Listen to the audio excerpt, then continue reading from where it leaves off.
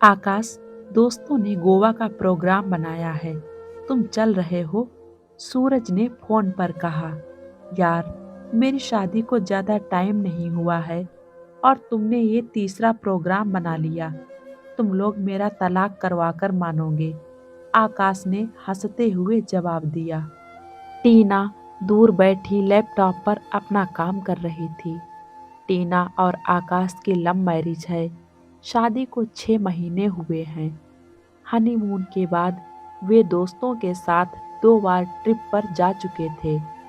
माता पिता की इकलौती संतान, तो लाड़ प्यार में कोई कुछ नहीं कह सकता। उधर आकाश स्वभाव से जिद्दी और लापरवाह लड़का था। टीना बहुत सुलझी हुई और पढ़ी लिखी समझदार लड़की थी। कभी भी आकाश को जिम्मेदारियों का एहसास कराने लगती, तब सासू माँ बीच में आ जाती। माता पिता की इच्छा के विरुद्ध प्रेम विवाह था, सो अपने माता पिता से कुछ बोल नहीं पाती थी। आकाश और टीना दोनों प्राइवेट फर्म में काम करते थे।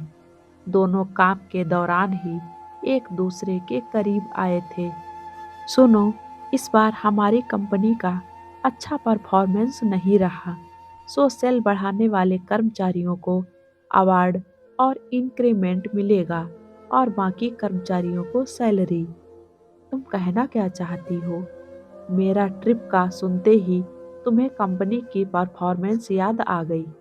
आकाश ने टीना की बात पूरी सुने बिना ही चुप करा दिया। उसने अपना लैपटॉप बंद किया और सोने के लिए चली गई। टीना की चिंताएं गहराने लगी। उसने मन ही मन सोच लिया था, उसे अपने करियर में एक मुकाम हासिल करना है। आकाश अपनी टिकट और होटल की ऑनलाइन बुकिंग करके गोवा के बीच सपनों में खो गया। टीना, आकाश कहाँ है? फोन आउट ऑफ कवरेज जा रहा है। 2 दिन से ऑफिस भी नहीं आया। बॉस ने टीना से पूछा। टीना को कोई जवाब नहीं सूझ रहा था। सर, सर, देखो, उसे सैर सपाटे का शौक है तो अपना निजी काम शुरू कर ले, जहाँ बॉस खुद ही हो। यहाँ हमारे ऊपर भी बॉस हैं, हमें भी जवाब देना होता है। ये आखिरी वार्निंग है, बता देना उसे। सारे ऑफिस के सामने बॉस के ताने टीना को कांटे की तरह चुभ गए। कहाँ जाऊं? किसे मन का हाल बताऊं? कैसे भंवर में आकर फंसी हूँ, जो निकलने का रास्ता ही नहीं सूझ रहा। घर पहुंचकर सास ने टीना को बताया। कहाँ रह गई थी बहू? बड़ी देर हो गई आने में। हाँ मम्मी, मीटिंग लेट तक चली। अब क्लोजिंग है, थोड़ा लेट ही होगा। थकी हुई टीना बोली थी। अब छोड़ दे जॉब, क्या करना है? कौन सा सरकारी है? घर गृहस्थी पर ध्यान दे। अब बस एक ही इच्छा है, एक नन्हा बाल गोपाल इस आंगन में खेले। सास ने टीना को आशा भरी निगाहों से देखते हुए कहा। टीना अपने कमरे में आ गई, लाइट ऑन करके दरवाजा बंद किया और पर्स को जोर से फेंक दिया। यहाँ मम्मी जी को बच्चे की पड़ी है, अब कौन समझाए? पहले अपने बच्चे को तो बड़ा होने दीजिए। कुछ महीनों तक ऐसा ही चलता रहा। टीना अपने करियर को लेकर सीरियस थी, पर अंदर ही अंदर घुलती जा रही थी। इस साल कंपनी को बड़ा लॉस हुआ है। कंपनी के एम्प्लॉयज की छटनी शुरू कर दी। एक तरफ आकाश की जॉब पर खतरा मंडराने लगा, दूसरी तरफ टीना एम्प्लॉय ऑफ द ईयर चुनी गई। ऑफिस में सब लोग टीना को बधाइयां दे रहे थे। एक एक बधाई आकाश के मुंह पर थप्पड़ की तरह पड़ रही थी। घर आकर आकाश ने गुस्से में अपना बैग फेंका। क्या हुआ बेटा, इतना गुस्सा? कुछ हुआ है क्या? बहू कहाँ रह गई? अपने दोस्तों के साथ में पार्टी करने गई है। आज उसे अच्छे कर्मचारी का अवार्ड मिला है। आकाश गुस्साता हुआ बोला। ये भी कोई बात हुई? शादीशुदा औरत की पति के बिना कौन सी पार्टी होती है? आने दे, मैं खबर लेती हूँ। आकाश को टीना का अवार्ड लेना काफी खल रहा था, क्योंकि उसका मेल ईगो हर्ट हुआ। वो बिना खाए पिए सो गया था। टीना के घर पहुंचते ही सासू माँ ने महाभारत कर दी। ये देखो मैडम आ रही हैं, होटल का अच्छा और बढ़िया सा खाना खाकर दोस्तों के साथ मौज मस्ती भी करी होगी, और उधर मेरा बेटा बिना खाए पिए ही सो गया। टीना ने कुछ नहीं बोला, चुपचाप फ्रेश होकर सोने के लिए चली गई। अगली सुबह टीना ऑफिस के लिए तैयार हो रही थी। आकाश चाय को सुबकते हुए बोला, सोच रहा हूँ जॉब छोड़ के कोई अपना काम शुरू कर लूँ। क्या बोलती हो? दोनों लोग मिलकर कुछ नया काम कर लें। मैंने तो अभी ग्रो करना शुरू किया है। ऐसे टाइम पर जॉब छोड़ना समझदारी नहीं। तुम चाहो तो शुरू कर लो। मैं पार्ट टाइम की तरह मदद कर सकती हूँ। इससे ज़्यादा नहीं हो पाएगा। टीना ने टूक सा जवाब दे दिया। टीना की लगातार उपलब्धियों से आकाश के मन में ईर्ष्या का बीज पौधा बनने लगा था। अब धीरे धीरे आकाश का बर्ताव टीना के प्रति बिगड़ने लगा। अपनी माँ के सपोर्ट से वो टीना को खरी खोटी सुनाने का कोई भी मौका नहीं छोड़ता। आकाश ने बिजनेस शुरू किया। टीना पत्नी होने के नाते उसने फाइनेंशियल सपोर्ट किया, पर किस्मत ने आकाश का साथ नहीं दिया और उसे बिजनेस में भी घाटा होने लगा।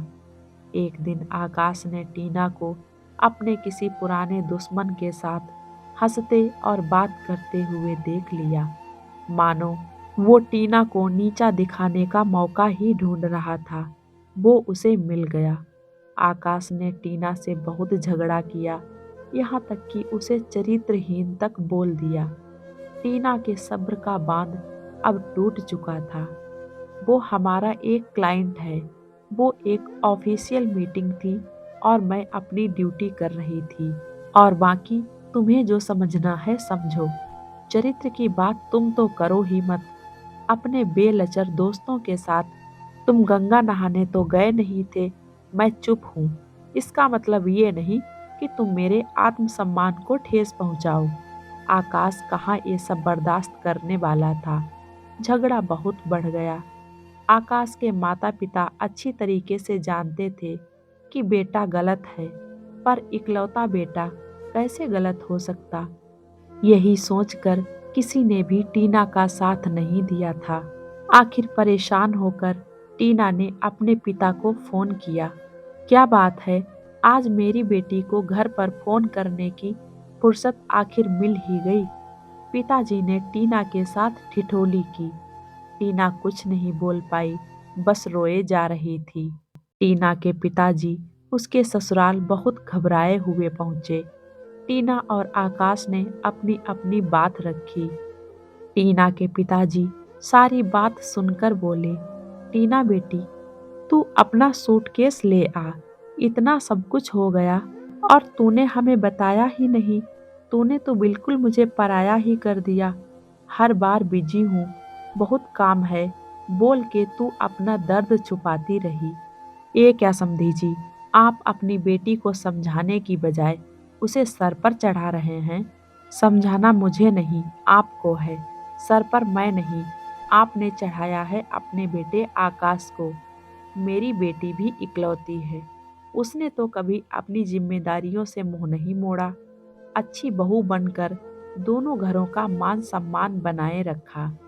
मैंने अपनी बेटी ब्याही है, बेची नहीं। उसे अकेला समझने की भूल मत करना। आप अपने बेटों की गलतियों पर भी उसी का साथ दे रहे हो। फिर तो मेरी बेटी तो सही है। मैंने शादी करके उसे एक प्यार भरे रिश्ते में बांधा था। अपने साथ उसके रिश्ते खत्म नहीं किए थे। अंदर से टूट चुकी टीना को पिता के शब्दों ने जैसे नवजीवन का संचार कर दिया हो। आकाश दूर स्तब्ध खड़ा था, क्योंकि वो सोच रहा था टीना के पिता गिड़गिड़ाएंगे, तभी उसका मेल ईगो संतुष्ट होगा। वैसा कुछ नहीं हुआ। टीना अपना सामान पैक करके पिताजी के साथ घर से बाहर आ गई। पिताजी ने डिग्गी में बेटी का सूटकेस रखा, टीना को अंदर बिठाया और खुद भी बैठने लगे। जब आपका बेटा अपनी पत्नी को सम्मान देने और अपनी गृहस्थी संभालने के योग्य हो जाए, तब अपनी बहू को ले जाना आके। तब तक मैं अपनी बेटी को लेके जा रहा हूँ। टीना के पिताजी ने हाथ जोड़े और अपनी गाड़ी में बैठकर टीना को अपने साथ ले गए।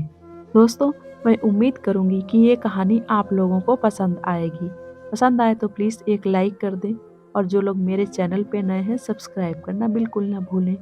मिलते हैं एक और नई कहानी के साथ में। Thank you.